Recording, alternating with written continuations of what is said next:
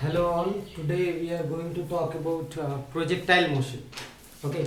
Now this is a two-dimensional motion. So we need vectors in it. Now I guess you guys are familiar with the concept of vectors. In general, a projectile is something when you take an example. Suppose this is a football. Suppose you hit a football with some velocity, let us say v, at an angle theta, right? So you know that it is going to take this shape, right? The path of the football.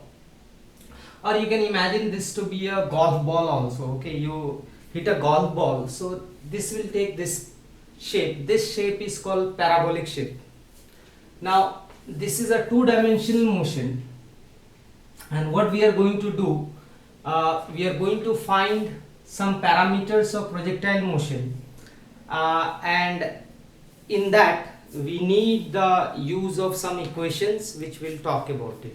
So in one-dimensional motion, the life is very simple, right? So one-dimensional kinematics.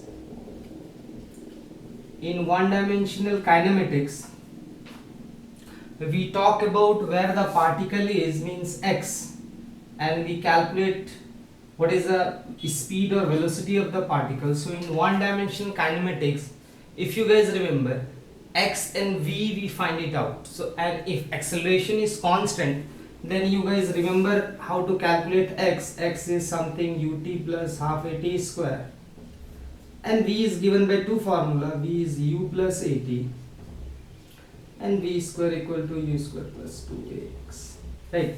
So in kinematics, okay, this word, the kinematics, in kinematics we generally talk about position and velocity, and if only if acceleration is constant, then these two are related with each other through time and acceleration. Here a is constant.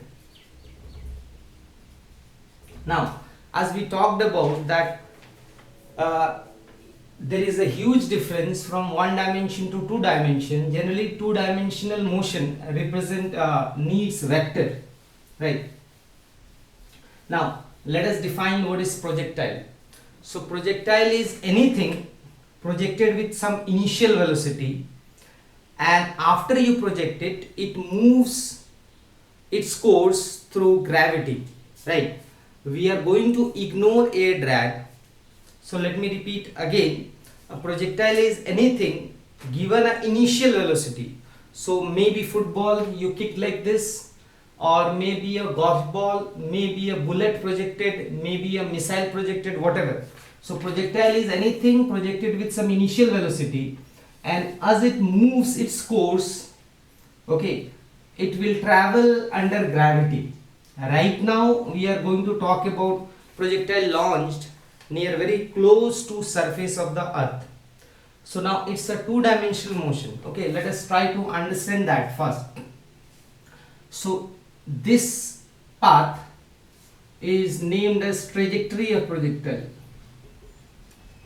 Okay, so path in one-dimensional motion is always a straight line. This shape is called parabola. We'll talk about it.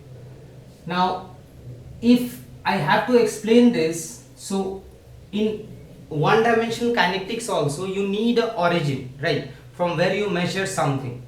So if I draw my origin here, let us say this is my origin, and let us say this is x-axis and y-axis.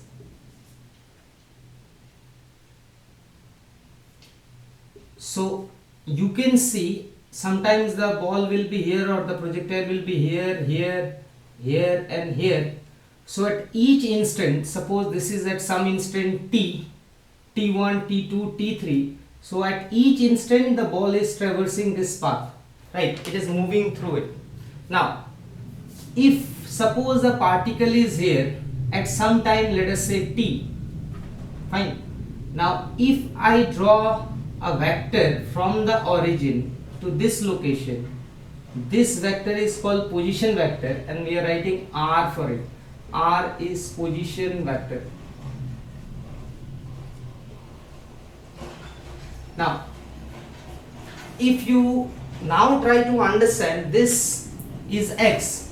So in time t, it has moved a distance, let us say x of at time t. Okay, I am writing. At the same time, it has moved a distance y. Right now, so if I draw a perpendicular, this is the x component of position, and if I draw a perpendicular, this is the y component of the position. Now, if you remember vector rule, then this is I cap, right, and this is j cap. So from here to here, the displacement is x I cap, and from here to here, the displacement is y j cap, right? So I can imagine a vector here of x I cap along this direction, and along this direction I can assume it to be of length y j cap, this direction. So using triangle rule, position vector at time t will be its x at that time I plus y at that time I.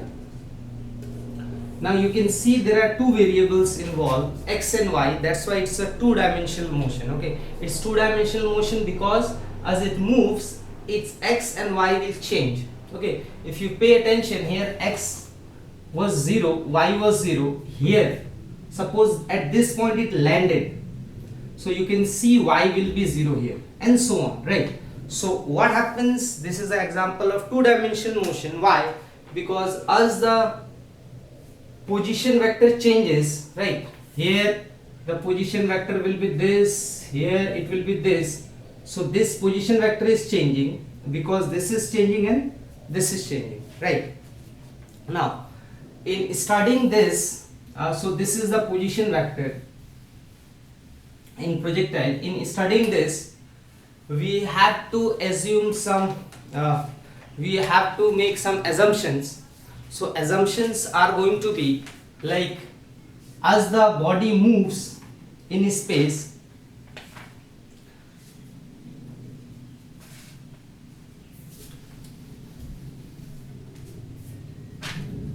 so suppose the ball is hit with some initial velocity u at an angle theta, and it goes something like this, let us say, right? Now this is our x-axis and this is our y-axis, right? Now as the body moves in space, x and y is changing, so this is a two-dimensional motion, and this is called trajectory, the path followed by it. Now if we know u and theta, okay, so suppose u and theta is known, okay, this is given to you.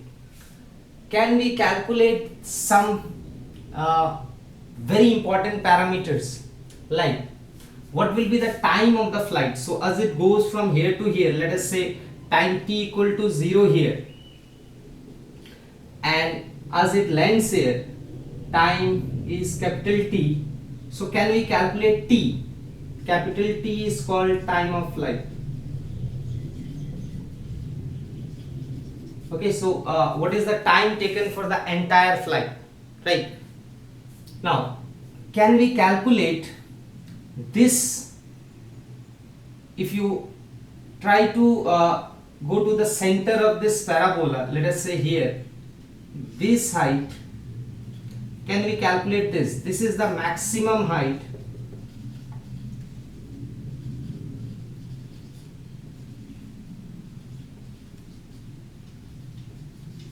attained. Okay, after, as you can see, as it goes from here to here, this y, right now this y is 0, then it keeps on increasing, then as it goes from here to here, y keeps on decreasing. So this is the maximum height. So by knowing u and theta, can we calculate this?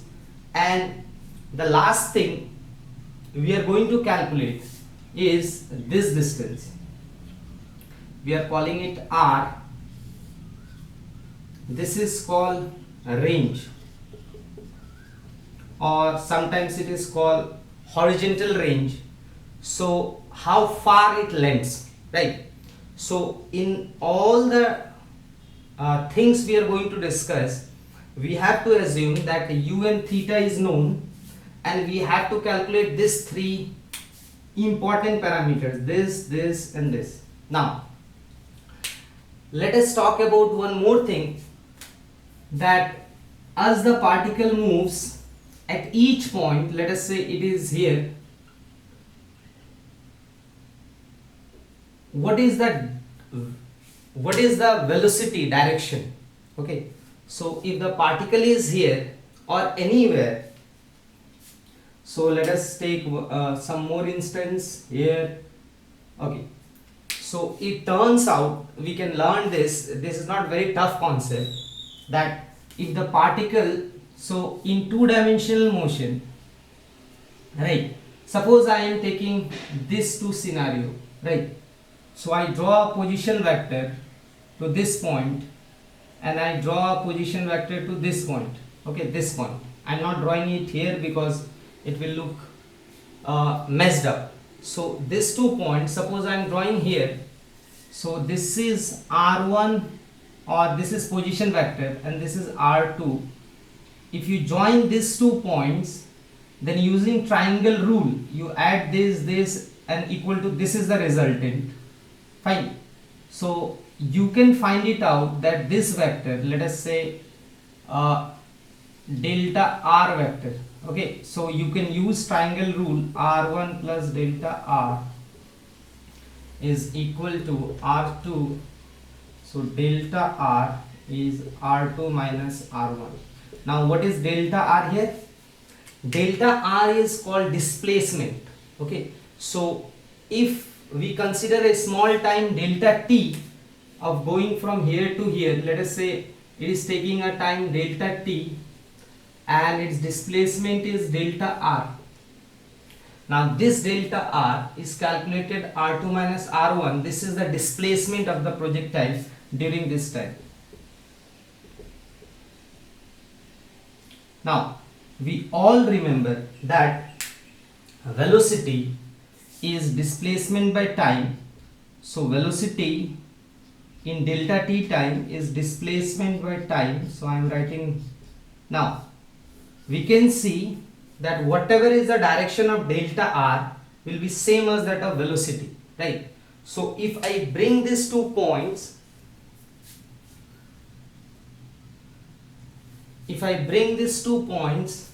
very close, okay, so just imagine these 2 points are very close, this delta r, okay, will be something like this.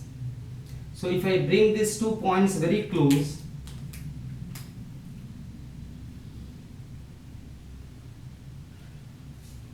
so you can see that delta r will be along this direction only.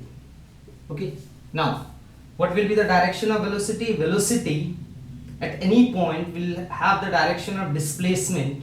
Now this velocity is also in this direction. Okay, so this is the direction of velocity also. Now it turns out that because of this concept, we say that velocity is tangent to the path. Okay, at any point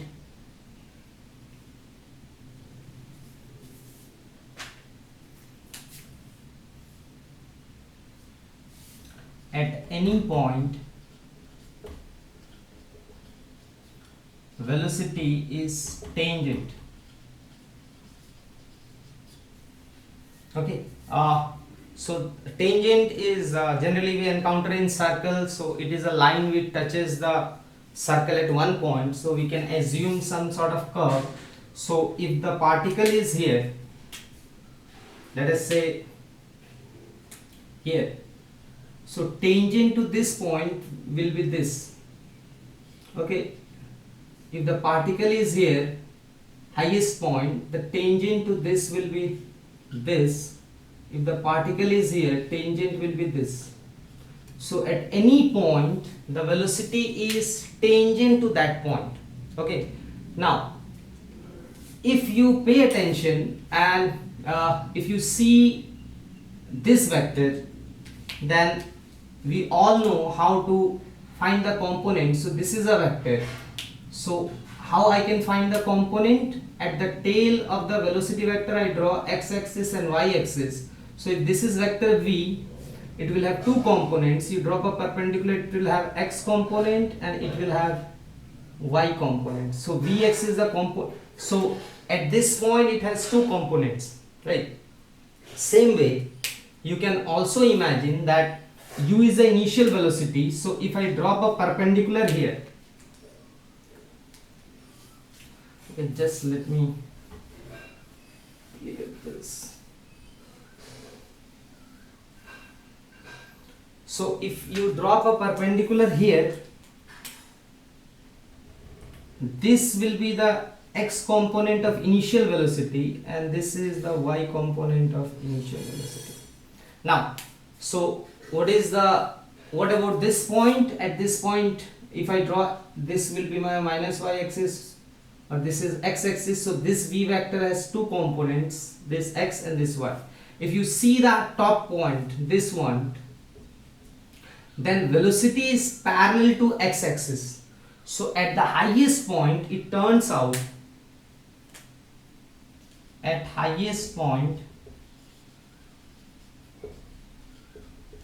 v vector is parallel to x axis, means vy, velocity along y, is 0. This is also very important point. Now you can now we have not talked about this, but as this thing moves in space, right, as the thing moves in space, if there is no gravity, then what will happen? If there is no gravity, then if you kick the football in this direction, it will travel in a straight line, right? If there is no gravity. Now because of gravity, the thing will bend towards the earth, right? Now through entire motion we are since ignoring resistance of air drag, we are not assuming that the ball is rotating, so it is very simplified version. So in the entire course of its trajectory, velocity is always acceleration is downward. So I will write acceleration is g times minus j cap. Now this is my x-axis, this is y-axis. So this direction is always, okay, acceleration due to gravity always is in this direction. So acceleration is g, which is acceleration due to gravity, and it is along minus j cap. Okay, so acceleration, I will write acceleration is along y. Now let us also write what is acceleration along x. Now acceleration along x, as you kick the football, there will be no force acting along x direction. So acceleration along x is going to be 0. Okay, so this is also very important. We have not started the derivation yet. Now as I told you that in one dimensional kinematics we talked about x and v. In two dimensional kinetics we talked about r vector and v vector, right? And we talked about r vector is nothing but position vector, v vector is tangent to this path, right? And v can have x and y component. Okay, these all are in two dimension. Now let us begin. So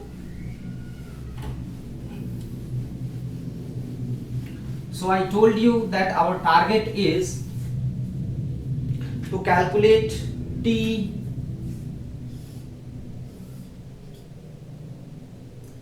let me draw a bigger picture.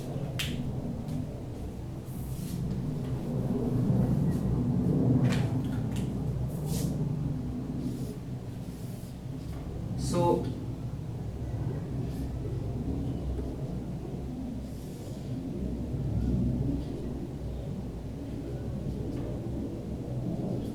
Okay, now this is the highest point H. Let us say this point is some point P1.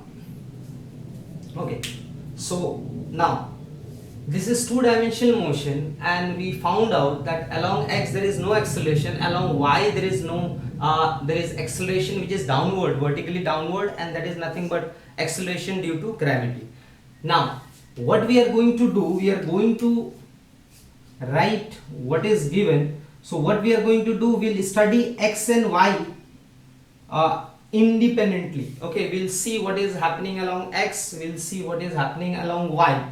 Okay, and we'll just formulate the way by which we do the calculation. Now this is, so I'm going to divide here x direction motion and y. So first thing is at t equal to 0, what is x? X is equal to 0, right? At t equal to 0, y is also 0. Now what about the velocity at t equal to 0? So at t equal to 0, if I drop a perpendicular, this is u angle theta, so we have u cos theta along x direction, the initial velocity, and we have uy, that is u sin theta along y axis. So at t equal to 0, initial velocity ux is u cos theta, and t equal to 0, uy is u sin theta. So this all are the information available at t equal to 0, right? Now what we are going to do at time t, it may be here, it may be here, it may be here, depends on what we are interested, right? So what we are going to do, we are going to use two important equation at time t. So at time t I am going to use one equation, that is v along x, I am going to use to be this, and x is uxt plus half axt square, and along y, vy is equal to uy plus ayt, and y